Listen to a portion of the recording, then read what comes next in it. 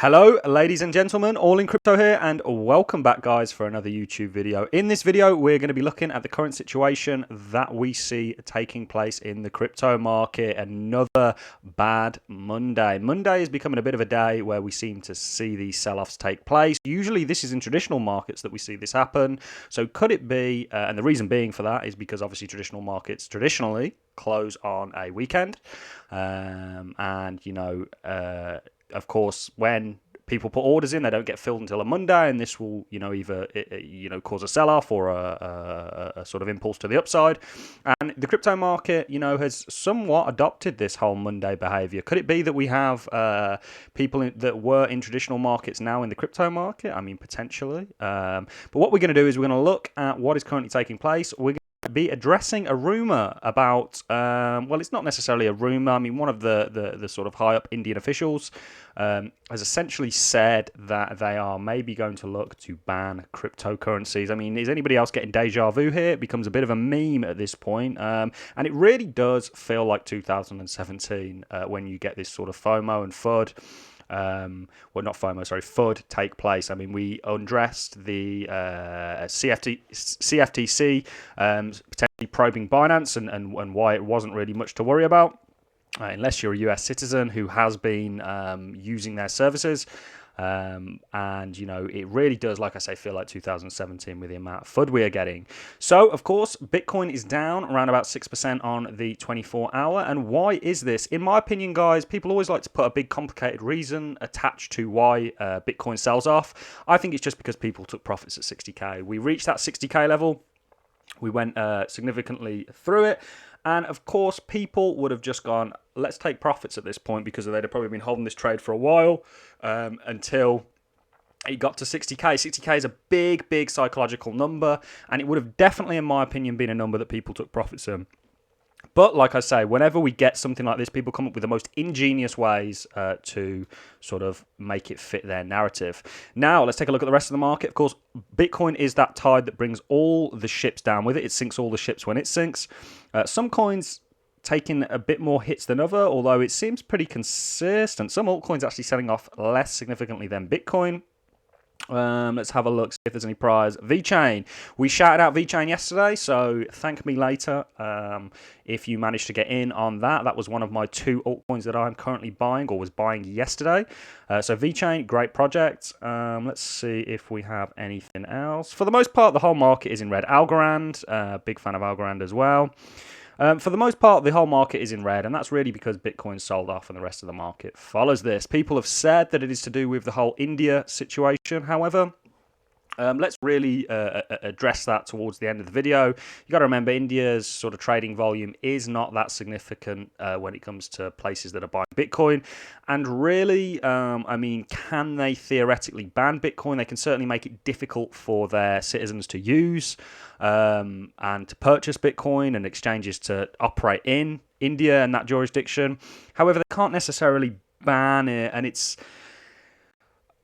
the real loser in that situation isn't people like me in the West or people in other parts of Asia. What really the real losers in that situation are the people in India that are going to miss out on this sort of opportunity that we see taking place, and you can somewhat see why they are doing it. I mean, if it's kind of like, imagine if all the citizens turned around to the Indian government and said, hey, we're just going to use this new financial system called Bitcoin and not your rupees. They'd kind of go, well, hang on a minute, they would throw obstacles in the way, and you're going to see plenty more of this as the life cycle of Bitcoin continues. But I think for the most part, you have nothing to worry about. This sell-off is absolutely nothing in comparison with the last one we had. I think the last sell-off we had was actually the biggest sell-off that we saw taking place in Bitcoin's history. And I think, like I say, I think that 60K mark got hit, and a lot of people took profits as a result of that. And if we take a look, guys, what you can see, if we look at 2017 again, is, and I always like to bring this up, is you can see regular sell-offs occurred throughout the entire bull market of 2017. And if you would look back in hindsight, you would have essentially seen that they were all just buying opportunities. And, like I say, I think a lot of people are worried that this is the top for Bitcoin. would there? I mean, institutions are still buying, guys. I mean, would you really see institutions only now getting into Bitcoin, having any kind of an inkling that it was going to crash? I mean, you've never seen so much support for Bitcoin. Could this just be a complete shakeout for them to try and accumulate more Bitcoin? Absolutely, it could. A lot of Bitcoin out there is being bought up directly by from the miners, by institutions, and essentially, when there's not enough, I mean, it's kind of like a substance that you might get addicted to. I can imagine. When there's not enough for you to get off one guy, you'll try and look for other people that will supply that to you. So maybe they are trying to sort of liquidate positions and and shake people out of their Bitcoin position so that they can then accumulate. It tends to be what happens most of the time when people sell their Bitcoin. It's just bought up by an institution. Let's take a quick look at ADA before we get into the India banning Bitcoin article. Now, ADA has sold off significantly since its all-time high, its new all-time high. Now, should you be worried? Absolutely not, in my opinion. ADA did a hell of a lot, and one thing that is true, I brought this up a number of times. It's outdated now. I will come up with an updated version. Everything follows Bitcoin, in my opinion, and the larger altcoins follow it more closely, and the smaller ones follow it less so.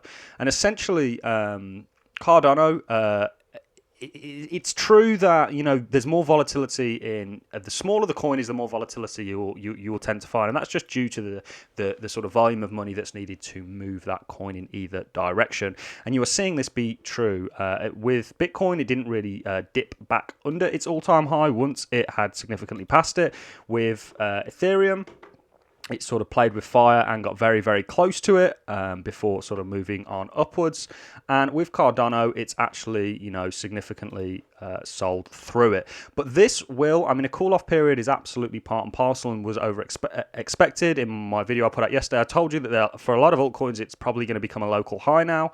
But this will, if you are considering if you are going to hold crypto into the future, this will, not last. That all-time high will continue to get broken, in my opinion, because I still think we have a long way to go in this bull run. And I think, if you look at bull runs sort of traditionally, it really doesn't kick off till the second part of the year. And I think you're going to see the same thing play out today. The last thing that I want to touch on with you guys is Bitcoin retreats from record highs amid reports of India crypto ban.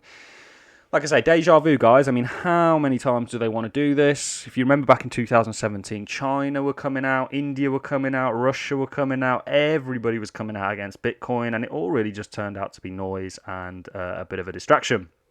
And that is what I think today. That is what I think we're going to see here.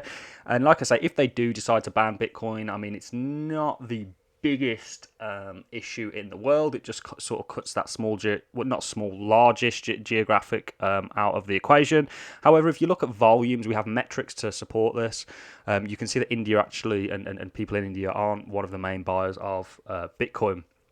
They are somewhat significant, but when you look at the fact that demand is heating up in other areas, I think that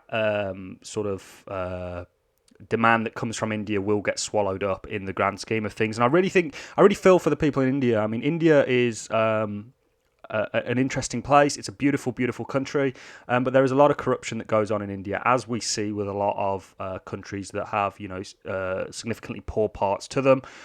It's usually down to corruption, and the same things kind of happen. All this is doing is hurting the Indian people, and essentially sort of ruling them out from profiting from the revolution that is blockchain technology. And it's sad to see, but Bitcoin was in a retreat on Monday morning after hitting a new record high over the weekend. It broke through $60,000 to reach an all-time high of $61,674 on Saturday. The world's biggest cryptocurrency was in retreat by the start of the week, down 6% to 56,366 by lunchtime in London. The price decline came amid reports that India could ban cryptocurrencies altogether, potentially cutting off one of the biggest markets in the world.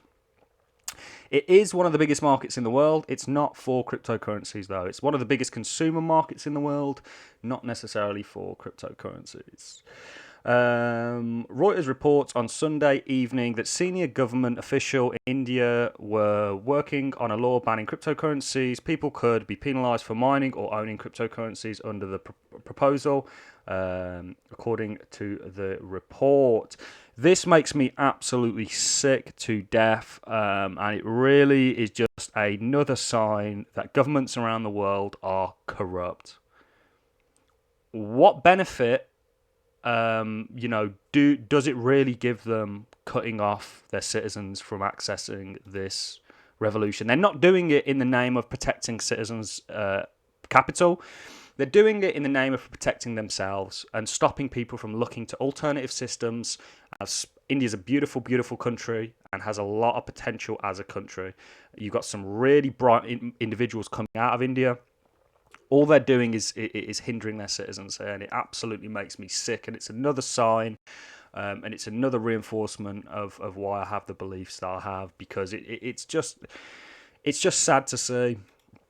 And I really feel for people in India who this may sort of come into effect for. I really, really do, because, like I say, some very, very talented individuals in India. It's a beautiful country. It has a lot of beautiful culture to it. And, they're just being completely ruled out of the blockchain race. And it's all in the name of keeping the powers that be in power. And it makes me sick to my stomach that they're doing this. And I'm not suggesting for 1 minute that anybody in India should break the law. I am absolutely not suggesting that. You should live by the law of the land, because, of course, there are consequences if you don't. However, can they really ban Bitcoin? I mean, they could just really make it so that large exchange can't trade there. But you'll see a black market. If this comes into effect, you will see a black market pop up for Bitcoin. And it's a shame. It's a real shame. But I don't think this is really ultimately what caused the sell-off. I think the fact that we hit $60,000 caused us to retrace, because people took profits at that level. It makes sense to me. And, I hope it makes sense to you guys. So that is all I have for you in this video. I'm going to love and leave you. I hope you're all having a fantastic day, whatever you are, whatever you're doing. And I hopefully will see you all in the next video. If you've enjoyed this video, please drop me a like, drop me a comment as well. Let me know what you think. Give me your thoughts on why we've sold off. Do you think this is the end of the bull run?